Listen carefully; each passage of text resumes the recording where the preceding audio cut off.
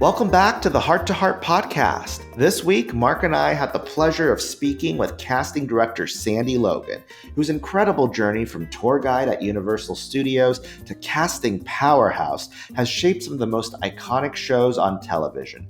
Sandi shares her unique insights on the art of casting, finding hidden talent, and the joy of helping actors land their big break. Her passion for the craft and dedication to helping actors succeed truly shines through in this episode. Now, before we dive in, please take a moment to rate the podcast 5 stars and leave us a review. As you were reading scripts, right? And would you come across a script like Friends and go like, wow, this thing's going to be like, it's going to last 10 years and America's going to love it?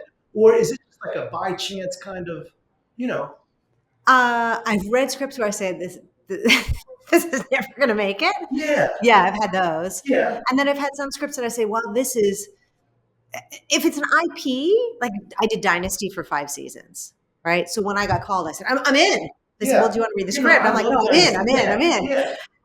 Same with Nancy Drew. I mean, I still have the whole Nancy Drew collection on my bookshelf. I took a picture. I'm like, you guys, I have this. This is my bookshelf.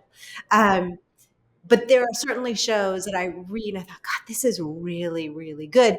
And some of them don't last. I thought Boomtown was going to last for 10 seasons. It was the best show I ever worked on. Yes, it was a very good show. Best show I ever worked on. Best writing, best producing. And this is obviously back in 2002, 2003, 2002.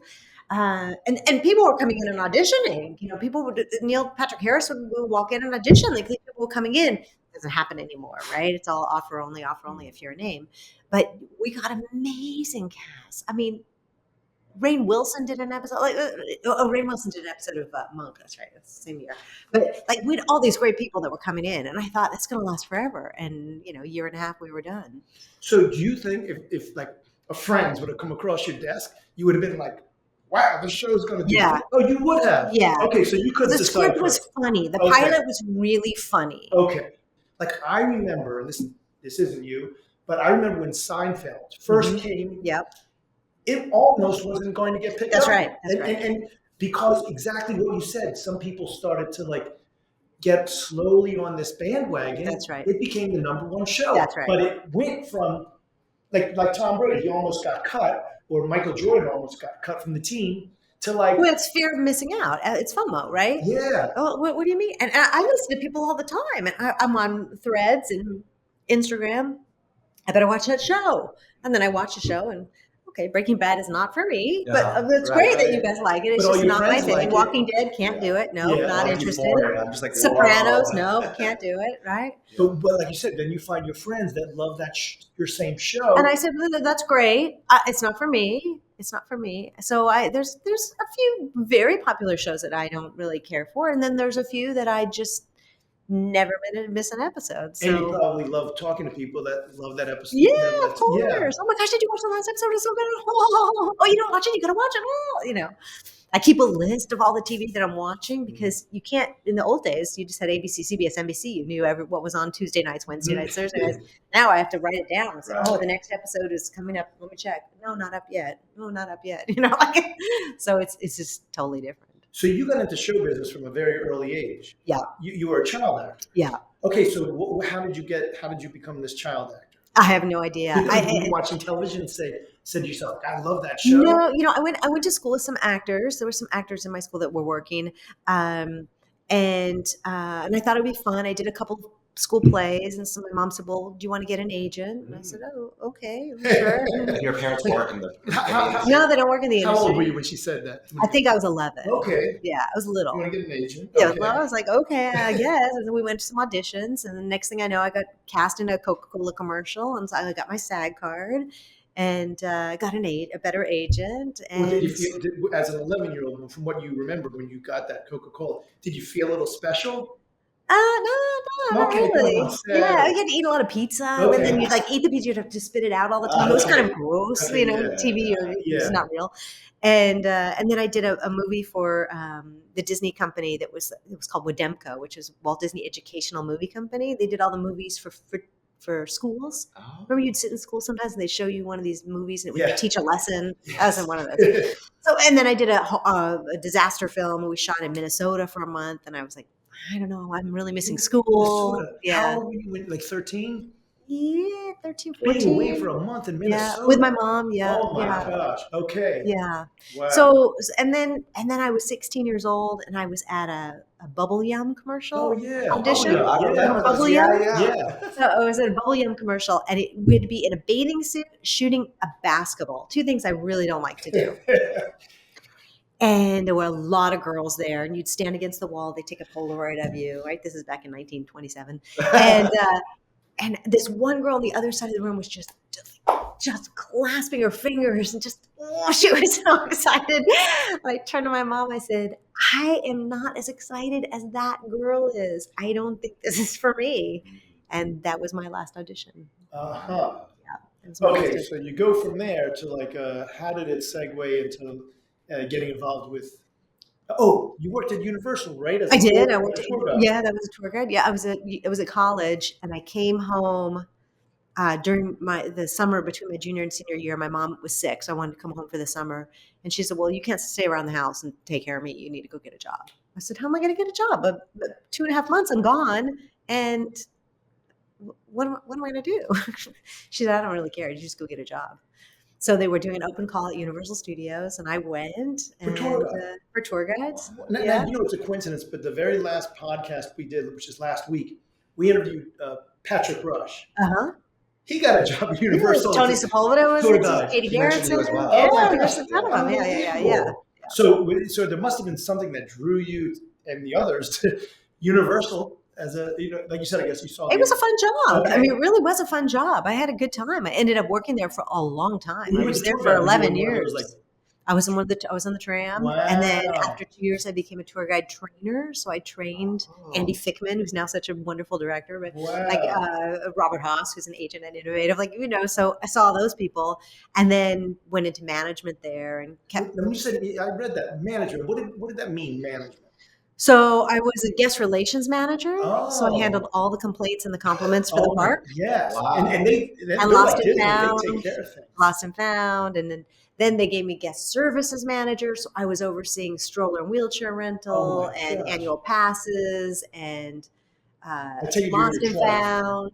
You're in your 20s when this is happening. Yeah, Okay. yeah, That's 20s. amazing still. Yeah. Whoa. And then one day I just thought the vice president said, I really am really training you to take over for me at some point. And I said, Michael, I don't know that I want your job, but thank you. I just got to figure this out. I think I'm on the wrong ladder.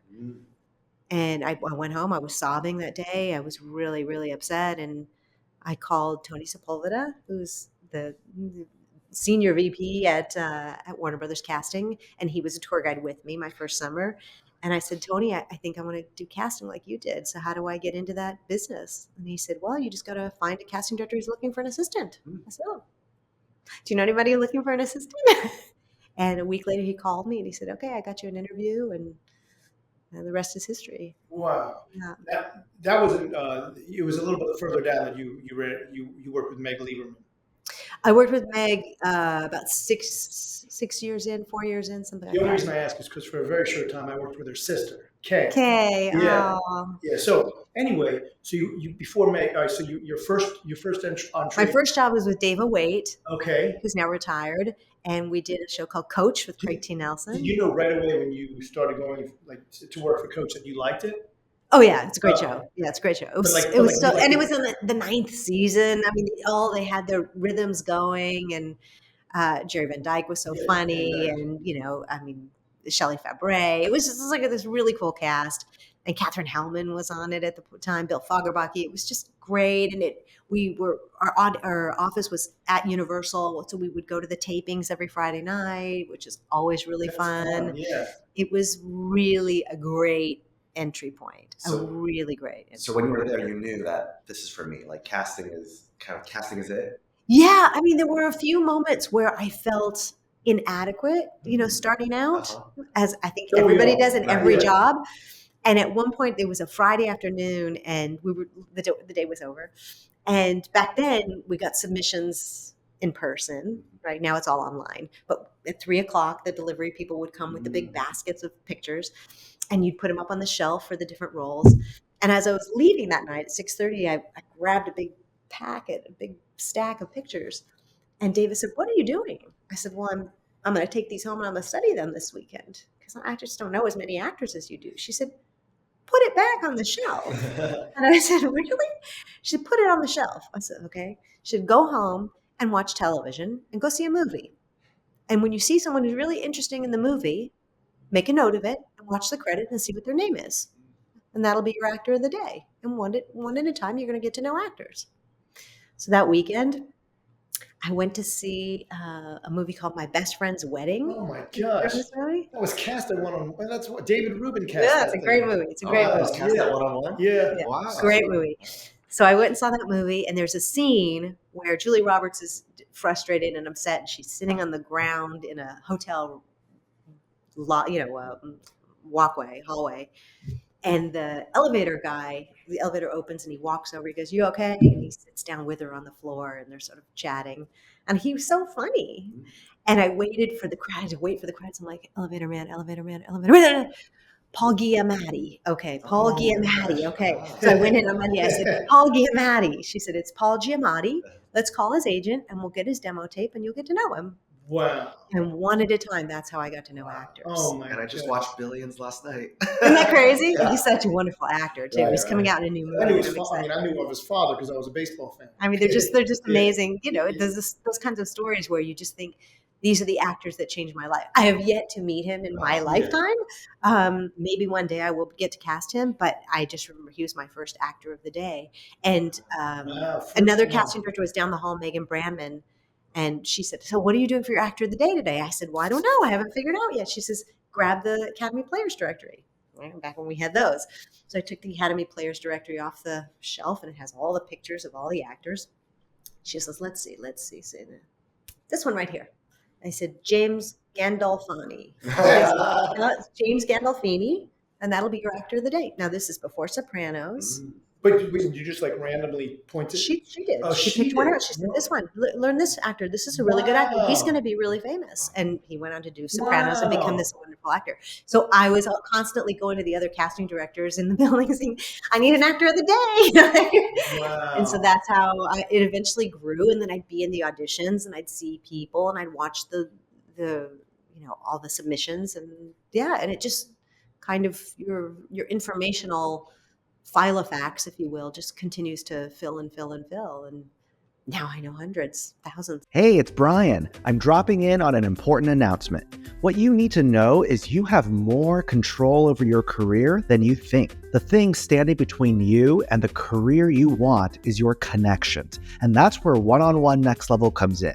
If you are not a member yet, you can apply to join at oneononenextlevel.com. Press pause and do that now. If you are already a member and you are ready to get back on track, we want to invite you to book a strategy session with us led by myself personally. We will help you prioritize which classes make the most sense given your career goals. You can find these under the Resource Hub in your account portal. We can't wait to hear your success story. It's a magical thing that when an actor can take a regular sentence and make it such that when they speak it, you're like, oh my God. Yeah, it's so perfect. It's so perfect. Yeah. So is that would you say that's one of the favorite things you like about doing what you do? Like being involved with. I think one of my favorite things is when an actor gets a job and I'm so passionate about that actor and the actor's so passionate about the job and the producers are so happy. When all that comes together and you see the joy and then you see it on screen and it's so magical and she's like, God, this is perfect. This is so perfect. What if he didn't come into audition, but he did and we got him. It's so amazing. And giving somebody their first job, their first SAG card, their first, I've written a lot of letters for visas.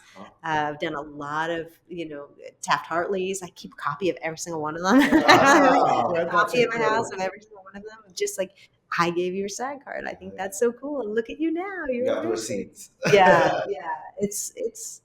It's a very rewarding job with very little accolades to it. And casting directors are all okay with it. We just kind of accept what that is. But it's rare to see an actor get up at an Academy Award and say, "I'd love to thank the casting director who thought of me for this." Right. You really don't see it. Right. I'm sure Hilary Swank did it once, and everyone was like, "We're all amazing." I remember seeing a documentary. It's been a while now. Yeah, there's a few of them. There was Casting one that's by. called, Casting By. That was really done well. Yeah. And so, we're not those producers and directors and writers and that their agent, their manager. We just facilitate the process. And it's for us, that's a privilege and a joy. So how did it get to ABC? How did you get to then? Yeah. So I was a casting assistant, then I became a casting associate, then I became a casting director. Meg Lieberman gave me that title. Yeah.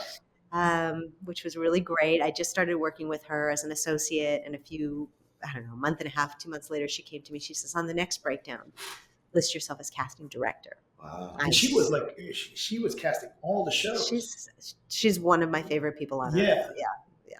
So she gave me the title, and then after a couple of years, I said, "What do you think if I go out on my own?" She said, I think you'd be great." So I went out on my own, and I did quite a few projects that year. Now, when you went out on your own, okay, what does that look like? Okay, you just go like, okay, did you get an office? Did you work from home? Did you? Yeah, no, I didn't do any. I just waited for jobs, and Right. I called everybody, all the studio executives I'd worked with, and I said, "I'm going out on my own. If you have anything, it would be great." And Jeff Meschel, who was working at NBC at the time, said, "I have this TV movie I think you should do." And so I met with them, and I ended up doing 2 movies of the week for that group. And then I got a pilot, and then I got another pilot, and then I got a third pilot. And that year was amazing. And then I also met with Gary Marshall, and because they were looking for a casting director, and he hired me to cast at his theater. So I was doing theater as well. That's right. Yeah. And then I did 2 pilots for ABC Studios that year. And the head of casting took me out to lunch, and she said, "I'd really like you to come be an executive for us because you do such good work." And I thought, "Oh gosh, am I on the wrong ladder again? Like, get into management and you're not doing what you love again." I did this track at Universal. The higher you go, the more you get into management, the less you really are doing the joyful thing you were meant to do. And the lunch was a very nice place. And she had HR call me and give me some information. And I thought, "Oh, well, I can learn," because it's ABC Studios and ABC Network. So I could really learn both and how that works. And I got my PhD in television. I mean, I learned everything. I had meetings with publicity and promotion and finance and budgeting. And I sat in on pitches as people were pitching their ideas, and post-production and ratings and all these meetings that I was going to. And I was sent off to comedy festivals. And I really learned how television is made. I really learned the pieces of the factory. So when you were working on a pilot versus working on a show, what are some of the, because our audience really will want to know this, what are some of the basic differences as a casting director? In other words, how your brain works when casting a pilot versus casting a whole season. Well, the biggest difference is the pressure. Yeah. So is it fast? Like you have a month? Well, you normally have 10 weeks. Okay. Now, you know how long it takes to cast a pilot? No. As long as you have. Oh, wow. Right? So Okay. I did one for 5 months, and I've done one in 17 days. So it's as long as you have. Okay. But the average is 8 to 10 weeks. If you say as long as you have, did your exercise in finding the actor of the day really help you? Because I would think that was innate in you. Do you know what I mean? To like, if you have as long as you have, you can really put on your creative. Yeah, if you have longer, I mean, I've been working on a project now that we're on strike, so there's nothing we can do. But I can spend months on it. I was like, I'm coming up with all these. Now my list is too long. I can't give this to the producer. It's too long. So I'm taking names off. But yeah, as long as you have is as long as you have. Okay. So I did a comedy pilot that we had literally 17 days to put it together. Whoa. And it ended up on the air for 22 episodes. So that works out. And then sometimes I worked on one pilot for 5 months. Oh my gosh, we couldn't get the lead. It was so challenging. The producers were so kind, and it was such a funny pilot. And why couldn't you get the lead? You couldn't find it, or no one was? Yeah, the network was just not seeing it the way we were seeing it. So we kept going in there with choices. And they said, that's not it. That's not it. So it was frustrating. But we got it cast and never went forward. Without mentioning any names or anything like that, how is it that the network would see it one way? Could you give an example of like how the network would see it one way and you would see it another? I have no idea how that happened. Okay, really, so you would say like we were seeing these guys. This is perfect for the role, and they'd say, "Oh, that's not. We're not seeing it with these guys." And finally, after the third time in there, I said, "What is it that's not happening?" Well, we want him to be like a cool dude who. Well, that's not what was written in the script. Right. What's written is that he's kind of thinks he's all that, but he's really not. So that's why we were completely on different pages. So I said, well, we got to shift then, because if that's what you want, that's not what we're seeing in the room. Right. They never told you that. Yeah, that's correct. Oh my, so that probably happened a lot where they didn't tell you a key piece of information. Yeah, so you usually have a casting meeting when you first started. Everybody gets on those phones, the studio and the network and the producers and the casting all on the phone saying, okay, let's talk about this character. In the script, she's 30. Can she be 40? Can she be 25? Are you guys good with all ethnicities? Are you okay with this and that? Just making sure that they're open to all these things that we're about to look for. And they say, no, we really, really want, we really want a Black woman for this. Okay, great. Well, then that's what we're going to focus on then. So getting clarity is a plus. And then sometimes we get exactly what they ask for, and they say, you know what, maybe we'll go older. and then you just wipe the slate and you start over. So in your 8 years at ABC, it seems like that's when the diversity showcase was really, Yeah, it's still going. Yeah. I mean, it was, Lupita Nyong'o was in there, and Pedro Pascal was in there. How did that start? Because it almost was like, that was one of the first big opportunities that, a network like it was a big deal to be chosen for the. Yeah, it was a big deal. And we would see, it started before my time. Okay. But when I was there, we would see, I don't know, thousands and thousands of videos. And then we'd bring in hundreds and hundreds of actors to read with us in the room that we would tape. And we would pare that down until you finally got the 15 people, 16 people, 12 people, whatever the show was going to be. Oh, I was going to ask you, what happens all you hear is diversity showcase. Like, what actually happens when you're? Yeah, we put out the call. And they come in, right? And we finally narrow it down to the people we think have the best qualities, that have the most potential, that are solid actors and ready to be presented in this way. And then there's a huge mix and match session where, okay, you two, you're going to read this scene, and what scenes are a good pair? Okay, let's do these two with this scene. Okay, you stay with that scene, but I'm going to use you to read with this scene, and so it's a mix and match. And how are you choosing the material? Like who's? Oh, we just have a ton of scenes. You're just randomly giving it. Okay, great. And then when you mix and match, and then you get to a certain point, then you actually put on a show. Yeah, put on a show, and then they rehearse their scenes, and we put it up at the theater, and people come, and people like them. And then I remember at ABC, we would always call the casting directors working on projects and saying, hey, I just want to keep you aware of all the people we had in our showcase this year. They're really, really good. Please take a look. And you would think people will take a look. Yeah, of course. Yeah. Of course. So you've seen people go from the diversity showcase on to bigger. Yeah, of course. Yes. That's incredible. I think Jesse Williams had like big giant hair when he was auditioning, and then he got onto Grey's Anatomy, and his life changed. Yeah. Wow. Pedro Pascal, same thing. Lupita Nyong'o, same thing. So you must have had a lot of satisfaction being involved with that. It was fun. It was hard. Yeah. Okay. It was hard. Yeah. I remember Marcy's always like, we're in Halloween. It's exhausting. Rehearsals and whatnot. Rehearsals. What was the rehearsals? That were the hardest? Well, we weren't really at the rehearsals. So what was the hard thing about it, would you say? Choosing, yeah, that's because they're all pretty new. The people that were coming to audition for us were not people that had been doing. They just got off a series at HBO and they want to be in the showcase. Mm-hmm. They were actors who maybe didn't even have an agent or a manager that really wanted the opportunity to have a breakout moment. Mm-hmm. And so I really liked him. No, but I liked him. Can I fight for him? So we were all sort of, because you can't put everyone in there. But that's the world of casting. I can't tell you how many times I've cried after a session at the network. I walk out of there just sobbing because we didn't get who I really, really wanted. And I remember one project, I won't talk too much about it, but this one project, God, I knew the perfect guy. He was perfect. He was perfect for this role. Perfect, perfect, perfect. And we got to the network, and the network president said, I just don't think he's a TV star. And I got back, walked out with Meg, and I just started crying. She said, "Don't cry at the network. Wait till we get in the car." And I said, "Okay." And 6 months later, he was on the cover of TV Guide because he got another show. So it's that was kind of rewarding. I was happy about that. Yeah. Wow. Have you seen a change in the style of acting on television in the last 5 to 10 years? More in comedy than in drama. Okay. And in comedy, how would you Because say? comedy, there's a lot more single camera comedy. Improv. So it's so different than multi-camera, which has a bigger energy. So actors are so used to doing single camera that the energy is a little bit less than if you put a Friends next to a Barry, it's just not. Yeah. They're not the same energy. They're not the same laughter. You laugh out loud at Friends, and at Barry, you're like, "Ooh, that's pretty funny." Right.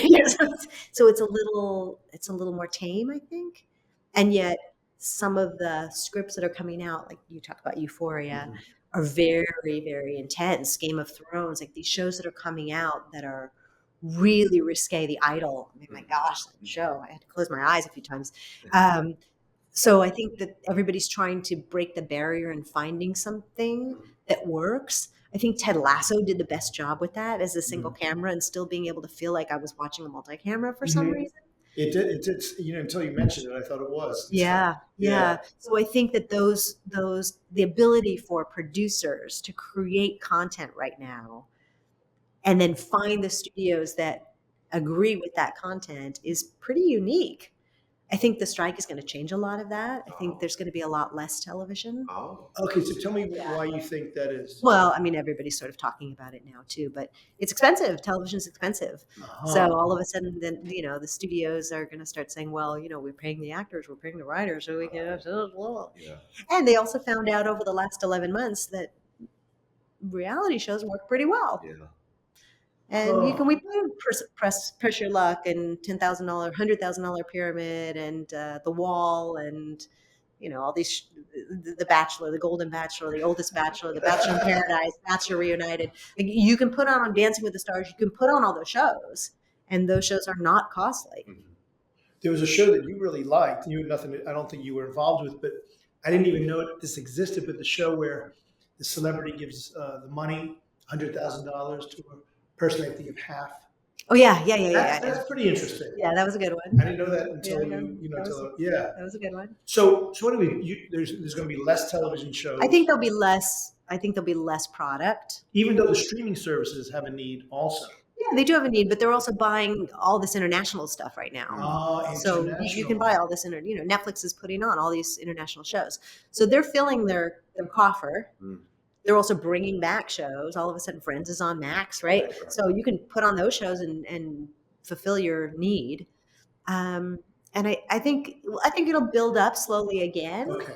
But I think it's going to take a little bit of time. And like you said, the reality show works, so they'll have a lot of those. There's still going to be a lot of, there's always going to be a Dateline on. I mean, it's on every day of the week. NCIS, you can watch it all day long. I mean, you really can. So there's so much television that we've created over the last 80 years. You can put I Love Lucy and Brady Bunch back on. You can take all these shows and bring them back, and people are watching them. Yeah.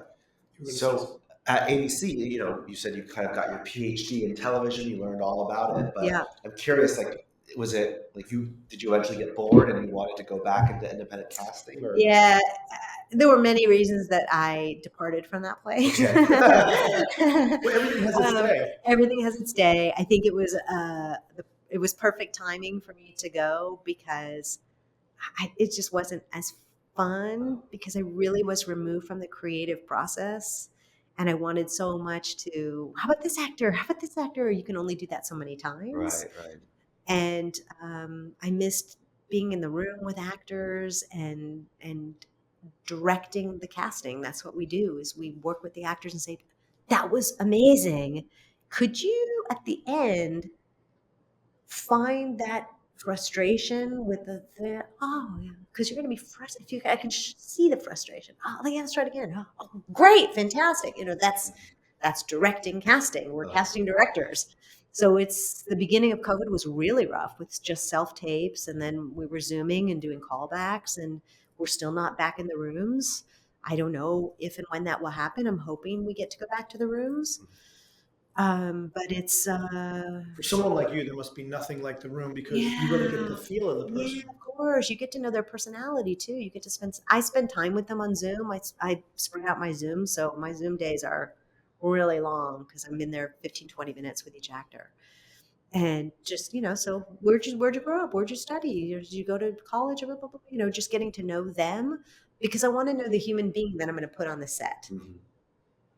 I want to know, there's nothing worse than getting a really horrible person and not knowing it. And then you get that call from the producer saying this is a disaster. Yeah. And it happens. It happens on, a lot. And sometimes the actor doesn't even know they're being that. They just feel like they should be asking for this because that other guy asked for that. Well, the other guy's the series regular lead, so maybe not that for you. But yeah, I think actors are the bravest people in the world. Acrobats, I think, are really brave too. I think astronauts are really brave, but I think politicians are really brave. Some of them, but I think actors are the bravest souls because they really do put themselves out there. They do so much work to prepare. They take so much time, for the most part, with the material. They doll themselves up. They do what they need to do. They do the recording, and if I bring in 80 people, 79 of them are told no. And then you have to say, okay, next, as opposed to living in that world of, I say to actors, I've said it in your workshop a couple times that, my least favorite object that actors carry is a backpack, the invisible backpack. Mm-hmm. The invisible backpack you put on your shoulders, and every time you don't get a part, you put it in the backpack, right? Whatever, I'm just going to put it away. And then you don't get another part, and you put it in the backpack. And eventually that backpack is so heavy that when you walk into my room or my Zoom with that bag on, I can see it. I can see that like, oh man, I hope I get this one, right? Because I haven't gotten the last 3. I haven't worked in like 3 months. And I see it and I feel it. Yeah. And so you have to just take that backpack off and look at it a different way. And the different way of looking at it is to say, I got the audition. Mm-hmm. With now how everything's online, if I put out a breakdown saying I'm looking for a 20-something female, any ethnicity, lots of energy, blah, blah, blah, blah, blah, I'll get 3,000 to 4,000 submissions. Mm-hmm. Average is 3,000, 2,500, 3,000. And I'm going to pick 45 people. You won. You won. All these people were out there and you were chosen. I selected you to be this role. Congratulations. You've been cast to do this role in this tape. And if it's exactly the way the producers are seeing it, you will also be hired to do it for the show and get a bunch of money. Oh, that's a great way of thinking about it. But I gave you the role. I cast you. And just in case they don't like you, I'm also going to cast you, and I'm going to cast him, and I'm going to cast her, and I'm going to cast him and him and him. And maybe I'll go a little older, bring in like an older person, and I'm going to try that person, and I'm just going to try a bunch of people. But I'm picking people that I think can do the role. So out of all these people, these 6 did the best job with this material. I'm going to show it to the producers, and they're going to say, that's how we see it.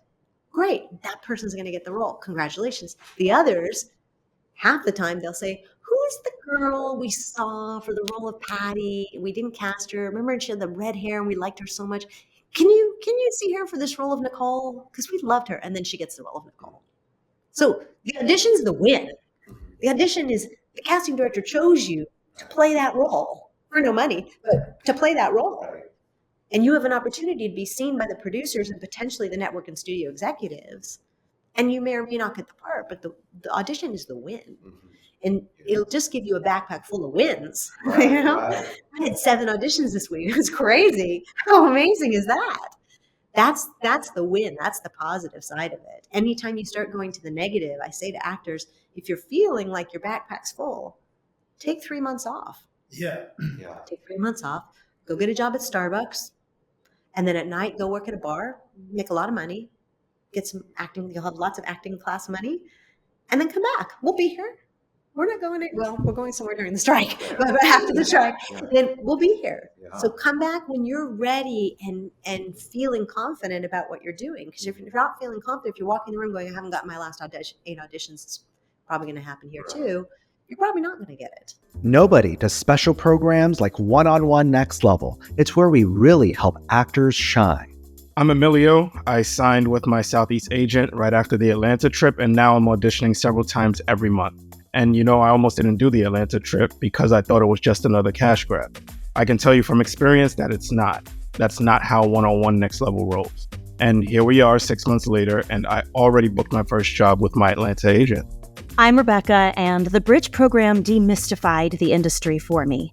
It gave me the platform to get off book in under 10 minutes. I met 60 new artists that are now all a part of my community, and I even signed with a manager. I have never walked away from a program so confident in my abilities. I'm so grateful for One-on-One Next Level. My name is Capenna, and I can finally call myself a working actor after participating in the LA Super Showcase. I had just moved to LA and I felt stuck.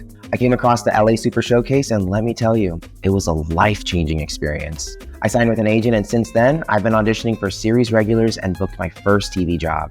I finally feel like I made it to the next level, thanks to One-on-One Next Level. In the next 12 months, One-on-One Next Level will host 27 special programs bringing you unmatched exclusive access to industry connections. Special programs aren't just a one-and-done class. Instead, they're designed to accomplish in a weekend what it takes most actors months, even years to do. So whether you want to get repped in a smaller market like Atlanta, bypass casting directors and connect directly with TV showrunners and decision makers, or spend a weekend meeting a bunch of musical theater industry professionals in New York City, you have to become a member to be eligible to sign up for our special programs. To apply, go to www.oneononenextlevel.com. We can't wait to hear your success story. Obviously, the old adage, success is when preparation meets opportunity. Mm-hmm. Do you feel, especially in the last 7 years, that you've seen a lot of actors who really want it, but they haven't covered the preparation part? There are some actors who are not doing the work. Yes. It seems like we live in a society where everybody wants it fast and furious. Well, it's TikTok and all those other things where you can get instant gratification, right? And so acting classes are not cheap, right? And I think actors feel like, well, I can do this. I can absolutely do this. And I think anytime you take on I'm constantly learning. When I watch TV, my IMDb is on. Amazon, you can actually click it and see the names right there as you're watching, which is really great. Yeah. My sister hates it when I do that. But you have an opportunity to learn, to continuously learn. And I'm continuously learning and continuously making lists. And during the strike, it's all I did was just make lists. Okay, Latino men in their 40s, go. Okay, and I'd spend 2 days.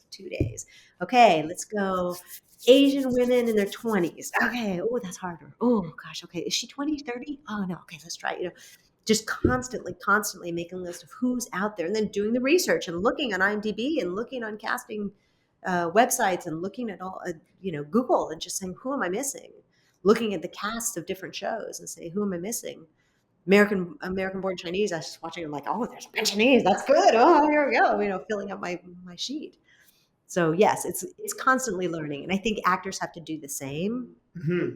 I think they should be putting down tapes of auditions every day.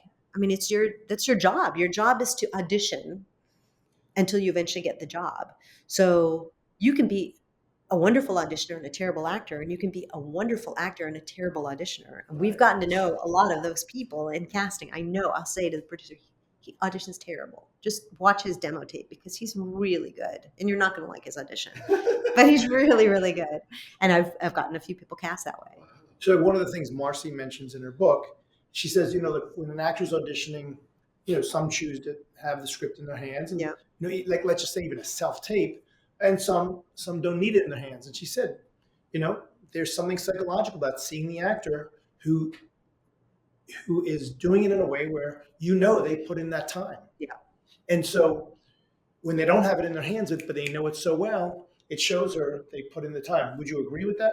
I would agree with that. Yeah. I think you have to treat it as a job interview. I mean, if you're interviewing for a job to work at LinkedIn, I don't know why I picked that, but let's just say LinkedIn, you really have to understand what LinkedIn is. You have to do all the work and preparation to say, I know what it is. I know how you connect with people. I know where there's this and this, and you can make these lists of this and that. You can do this. And you have to understand it. So you're going to get a job at Trader Joe's. If you never shopped at Trader Joe's, why would you go in an interview if you don't know what they do and how they do it? And every single piece of food is called Trader Joe's lime, Trader Joe's cereal. You figure that out.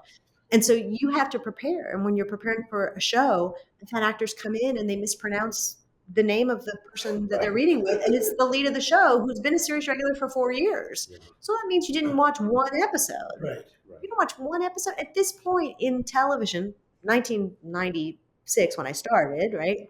We didn't have any kind of YouTube. Streaming stuff. We didn't have YouTube. We didn't have we didn't have IMDb. If you wanted to find out who someone's agent was, you had to call SAG. You'd be on the phone. You can only ask for 5 names, then you'd call back. Oh my God. Wow. It was 5 or 10. It might have been 10. You can ask for up to 10 people. Okay, who's their agent? Who's their agent? Okay, that's 10. You got to call back. And that's how we got agents, right? Now, IMDb is so easy. Yeah. So you had to put in the work to be prepared and to know what you're auditioning for. No, and if you don't know how to pronounce someone's name and you can't find that show, call the casting office or have your agent call the casting office and say, hey, you got this script. Is it Carré or Carré? Because it's spelled different ways. Oh, it's Carré. Oh, Carré. Okay, thank you so much. Because if you come in my room and you say Carré, I'm gonna say it's Carré. It's like, oh, okay. So Carré. I've seen that happen in auditions. So however you can prepare to present yourself in the best way to make the casting director believe that you fit perfectly into this show is going to be a plus. I know that teaching, like you're passionate about UCSD because you went there and you teach there often and you teach for us. So thank you so much. I feel like I harassed you via email for like 5 years. I was so busy. But what is it about teaching like in the classroom that really sparks a passion in you? I think anytime I can give somebody a piece of, I don't want to say wisdom, but a piece of advice that makes them a better actor, then I've done my part in their career. I also get to meet them and I get to put them on shows. I mean, I met Kathy Joosten in a workshop and she was a nurse. And at 56 or something like that, she decided to quit nursing and she wanted to be an actress. And she got into acting and I met her at a workshop and I ended up casting her on an episode of Monk. And then she went on to the West Wing and sadly passed away. But she had this fantastic career as an older actress.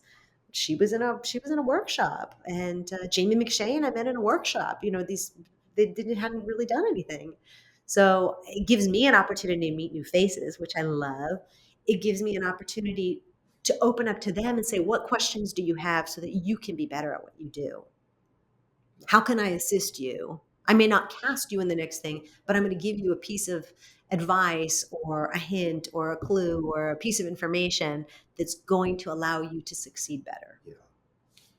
Now that we're moving into the age of self-tape, is there just one thing our viewers could hear from you, is like something that either really bothers you or, when you see a self-tape or something that you would say actually really enhances the experience for you?